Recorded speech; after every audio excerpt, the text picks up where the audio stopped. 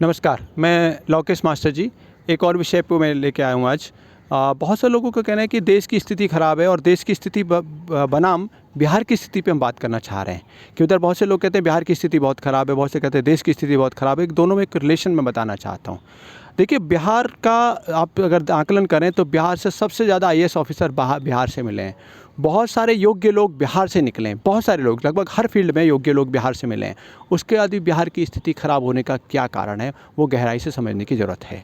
बिहार में लगभग 3 कैटेगरी में मुख्यतः 3 कैटेगरी में हम सारे लोगों को डिवाइड कर सकते हैं।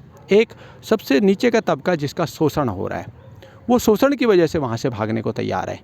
एक, जो वहाँ शोषण करने वाला तबका है, उसमें किसी भी तरह के लोग हो सकते हैं, तो कुछ शोषण करने वाले लोग हैं और कुछ ऐसे हैं जो शोषण जिनका डायरेक्ट रूप पे हो तो नहीं रहा है, लेकिन कहीं ना कहीं उनको सोसाइटी से में डर लगा रहता है। वो सक्षम है, साधन संपन्न है, लेकिन वहाँ स्थिति उनको ठीक नहीं लगती है। तो होता क्या है कि जो जिनके साधन संपन्न है खास करके, या जो कामयाब हो गए, जो आईएएस ऑफिसर बन गए या उस तरह योग्य हो गए, वो सारे लोग वहाँ से बिहार से पलायन कर रहे हैं कई कारण के से।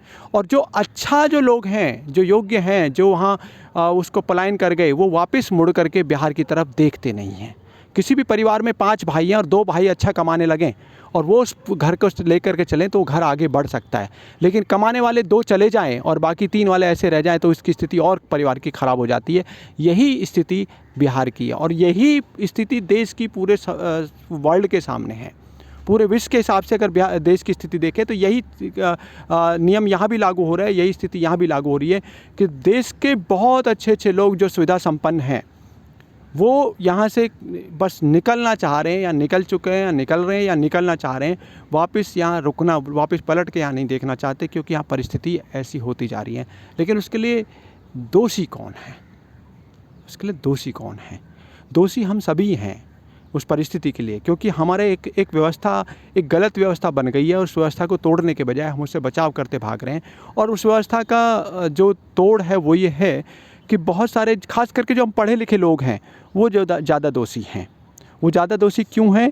क्योंकि हम लोगों को जो हमारे लोगों ने पढ़ाया, या हम खुद पढ़े लिखे हैं, अगली पीढ़ी को पढ़ा रहे हैं, तो 2-3 छोटी सुधार की उसमें ज़रूरत है, जिसको हम नहीं कर रहे हैं। एक, कि पढ़ाई का, शिक्षा का मतलब सिर्फ़ और सिर्फ पैसा कमाना नहीं होता है। ये बात हमें बच्चों को समझानी पड़ेगी। शिक्षा अगर हमने दिया और हमारे बच्चों को हम जिम्मेदार, जागरूक और सभ्य नहीं बना पाए हैं, तो ये शिक्षा अधूरी है।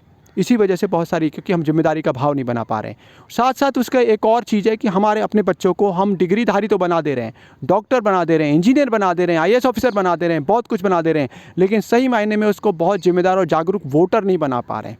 कल मेरी एक बात हो रही थी, एक टीचर हैं जो मैथ्स पढ़ाते हैं और 10th-12th तक मैथ्स पढ़ाते हैं, तो मेरे से किसी विषय में बात कर रहे थे। मैंने उनसे पूछा कि भैया चुनाव चिन्ह की भूमिका क्या है?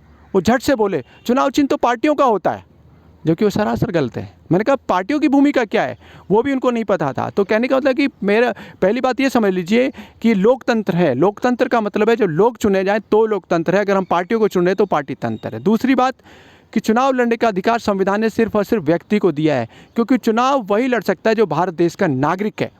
और नागरिक होने का मतलब आपका वोटर लिस्ट में नाम होना चाहिए। अगर आपका नाम वोटर लिस्ट में नहीं है, तो आप भारत में चुनाव नहीं लड़ सकते। और अब जब वोटर लिस्ट में नाम किसका हो सकता है? सिर्फ व्यक्ति को। क्या पार्टियों का नाम वोटर लिस्ट में है?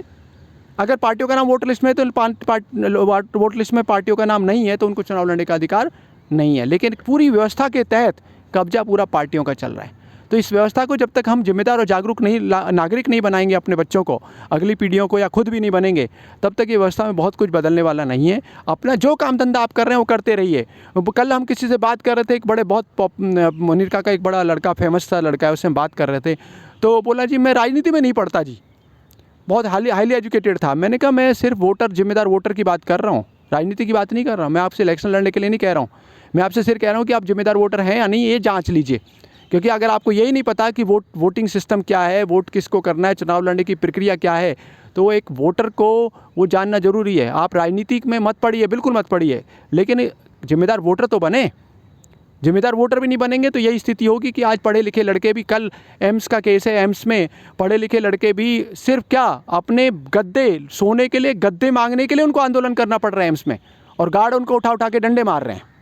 ये परिस्थिति बनी है। कौन जिम्मेदार है उनको? वही पढ़े लिखे लड़के जिम्मेदार हैं, वही उनके माँ बाप जिम्मेदार हैं, जिन्होंने उनको पढ़ाया लिखाया, डॉक्टर तो बना दिया, लेकिन जिम्मेदार नागरिक और जिम्मेदार वोटर नहीं बनाए। क्यों सोचते हैं वोट डाल के हमें क्या करना है, छोड़ो। वोट डालना तो वो झुग्गी झोपड़ी वालों का काम है, ठीक है ना जी। तो जिम्मेदार वोटर बनना बहुत ज़रूरी है।